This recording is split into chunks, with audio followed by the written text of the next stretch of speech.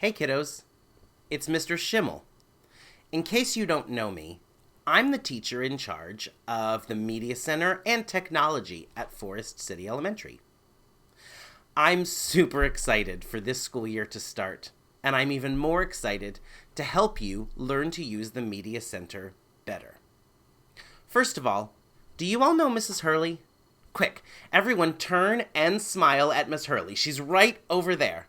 You see her? Give her a little wave. Smile. Miss Hurley, don't these kids look like they are ready to pay attention and learn about how the Media Center works? I'm glad you think so too. Okay, kids, now look back at me. Do I have your attention? Mrs. Hurley and I work together to make sure that you have everything you need for a successful experience with both technology and books in the Media Center. Besides Mrs. Hurley, there are several other teachers who have offices or classrooms in the Media Center. There's Mrs. Sowersby, whose classroom is right next to the door by my office, right behind Mrs. Hurley's circulation desk. And then there's Miss Bizarre. Her office is way back in the corner on the left when you immediately enter the Media Center. And finally, at the back of the room are Mrs. Dixon and Mrs. Santana. You might see some of their students coming and going when you're in the Media Center. And it's okay to smile and give them a little wave, but always try and stay focused on what you're doing.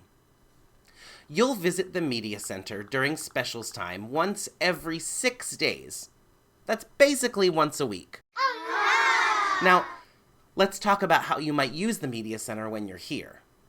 2 important things come to mind. First, you will spend most of your time here working on your iReady lessons.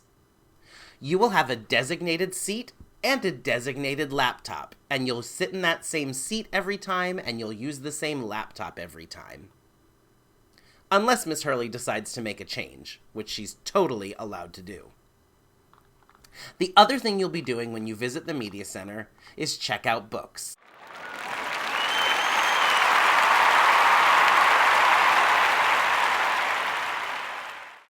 Now, this is super exciting to me because reading is the best way to keep your brain in shape. Mrs. Hurley and I have worked really hard over the last year to get rid of many of our oldest books to make room for thousands of new ones. We spent so much money last year on new books. I can't wait for you to see all the new books that are on our shelves. I think you'll be really pleased when you browse the shelves and you see how many great books there are to borrow, especially in our new sections, like our Sunshine State section and our Popular Series section. The best way for you to find books that you need is to know how the Media Center is organized. So let's take a quick tour. Okay, first let's take a look at the feature bookshelf. Hey, Miss Hurley. All right, cool. You see where Miss Hurley is? Now check it out. This bookshelf is where we will feature some super special books you might be interested in checking out. On this shelf, we'll keep our collection of Sunshine State books, our collection of Sunshine State Junior books, which are for younger students, and in addition, we'll showcase books that match the time of year or new books that you might not have seen before.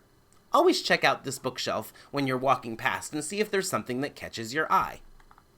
Okay, Miss Hurley, now let's show them the area behind the feature bookshelf. Yeah, the rest of this corner where Miss Hurley is right now, this is our nonfiction section. Nonfiction books are books about real and true things. You want to read about how to care for a pet? That's nonfiction.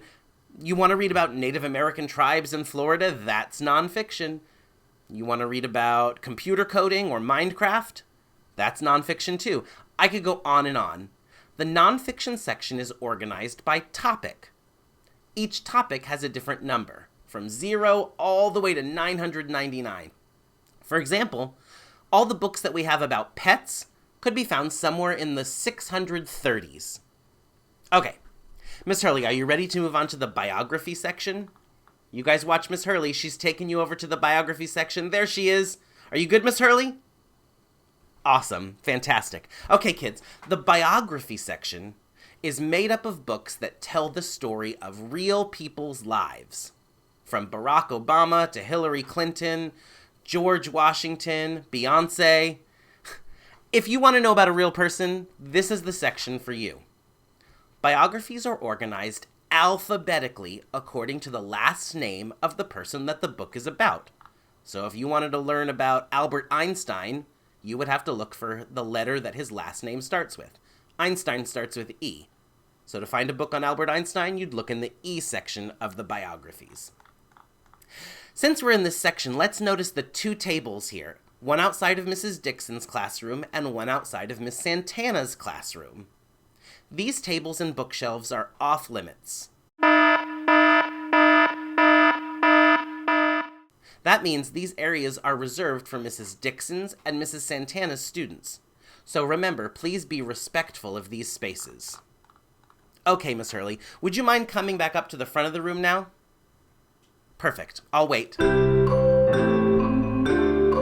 you there yet? Are you there yet?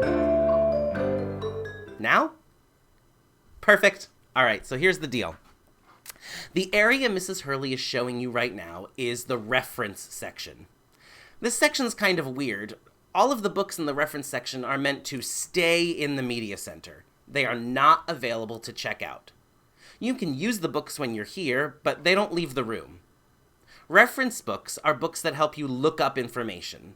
So you'll find in this section dictionaries, encyclopedias, atlases, and more. Whew. Mrs. Hurley, I'm almost losing my voice. It's a good thing we're almost done. Okay, kiddos. Now, see where Mrs. Hurley is standing in the middle of the alphabet rug? She's waving at you, right? I knew it.